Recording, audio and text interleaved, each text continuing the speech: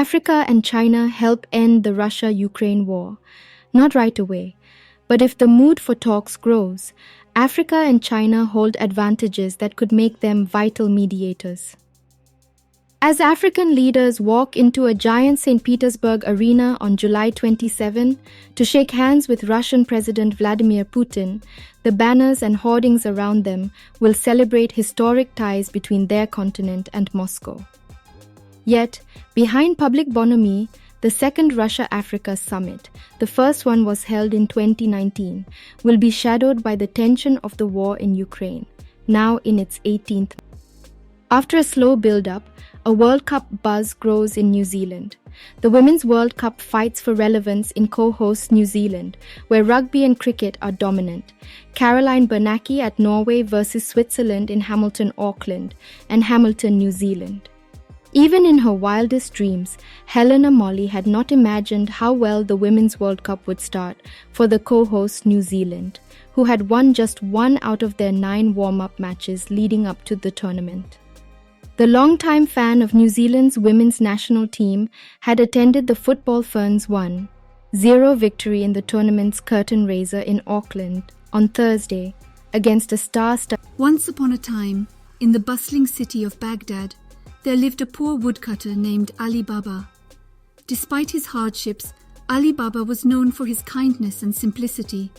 He would spend his days in the forest cutting firewood and selling it in the market to provide for his wife and children. One fateful day, while he was deep in the woods, Ali Baba witnessed a group of 40 thieves approaching a huge rock. To his astonishment, he saw the leader of the thieves stand in front of the rock and utter the magical words, "Open sesame."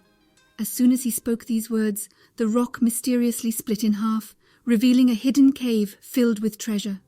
The thieves entered the cave, carrying bags full of gold, silver, and precious jewels. Curiosity got the better of Ali Baba, and when the thieves left the cave, he cautiously approached it. Remembering the magical phrase, he nervously whispered, "Open sesame." To his amazement, the rock split apart, exposing the treasure-filled cave before him. Overwhelmed with greed and excitement, Ali Baba filled his pockets with as much gold as he could carry and rushed back home. He shared his secret with his wife, who was thrilled at the newfound wealth. But Ali Baba's wise elder brother, Qasim, grew suspicious of the sudden change in his brother's fortune. He managed to extract the truth from Ali Baba and became determined to steal the treasure for himself. Qasim set off to find the cave, but he was not as clever as Ali Baba. When he reached the cave, he could not remember the magical words to open it again. Trapped inside, he was later discovered and killed by the 40 thieves upon their return. When the thieves realized that someone else knew about their secret, they intensified their search for Ali Baba. As time passed, Morgiana, Ali Baba's clever and loyal servant girl, noticed the strange behavior of the thieves lurking around the city. Suspecting their intentions, she followed one of them back to their hideout. There, she overheard their plans to exact revenge on Ali Baba for meddling in their affairs.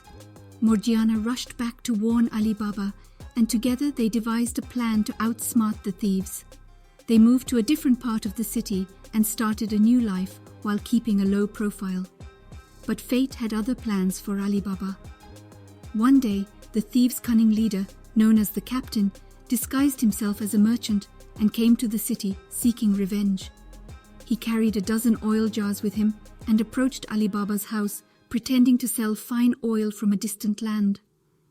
Morgiana, ever vigilant, grew suspicious and marked the oil jars with a red chalk symbol to distinguish them from others. That night, the 40 thieves stealthily returned to the city and surrounded Ali Baba's house, intending to attack at the right moment. However, Morgiana's quick wit saved the day. She discovered the thieves hiding in the oil jars and, using her knowledge of the house, led them into the courtyard. There, she poured boiling oil into the jars, killing all of the thieves.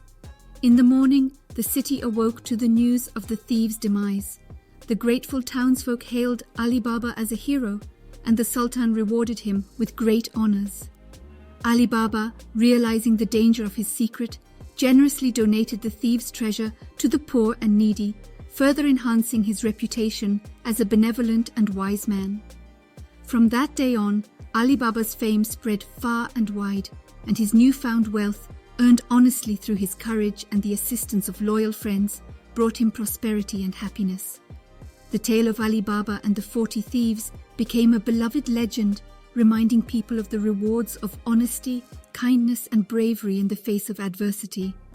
And so, the legacy of Ali Baba Chalis Chor, Ali Baba and the 40 Thieves, lived on for generations.